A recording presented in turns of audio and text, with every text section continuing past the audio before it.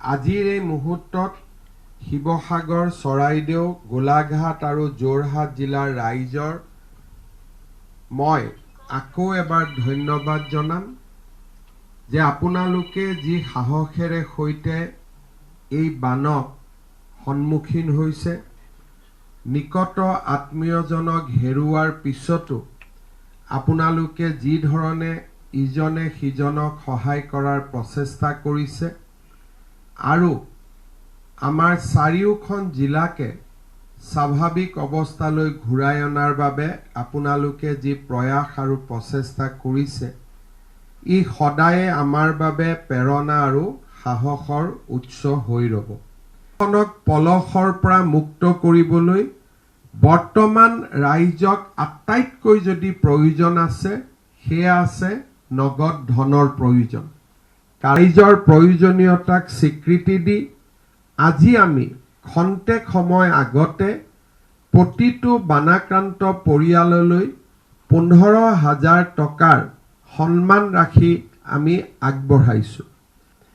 অহা 7 তাৰিখে মই যোৰহাটলৈ যাম আৰু আমি যোৰহাটত চাৰিওখন জিলাৰ বিষয়া কৰ্মচাৰীসকলক প্ৰশিক্ষণ দিম যে কি ধৰণে বানাক্ৰান্ত পৰিয়ালসমূহক স্থায়ী সাহায্য দিয়াৰ বাবে এইবাৰ আমি জৰীপ কৰিব লাগিব।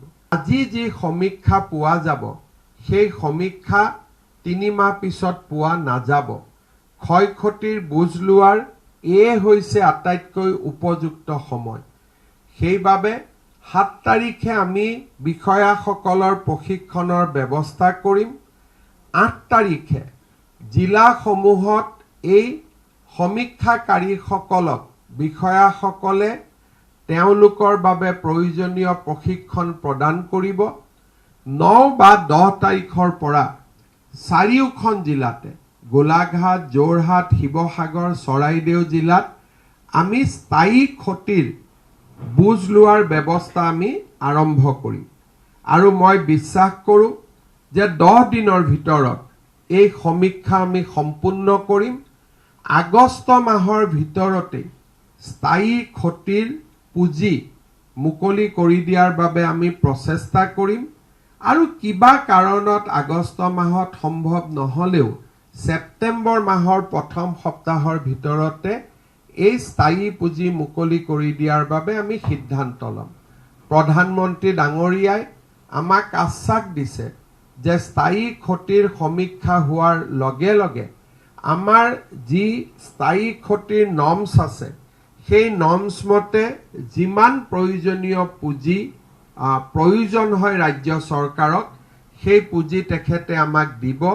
তেখেতৰ সাহস আৰু প্ৰেৰণাতে আমি এনে তৎকালীন জৰীপৰ ব্যৱস্থা হাতত ল'বলৈ সিদ্ধান্ত গ্ৰহণ কৰিছোঁ।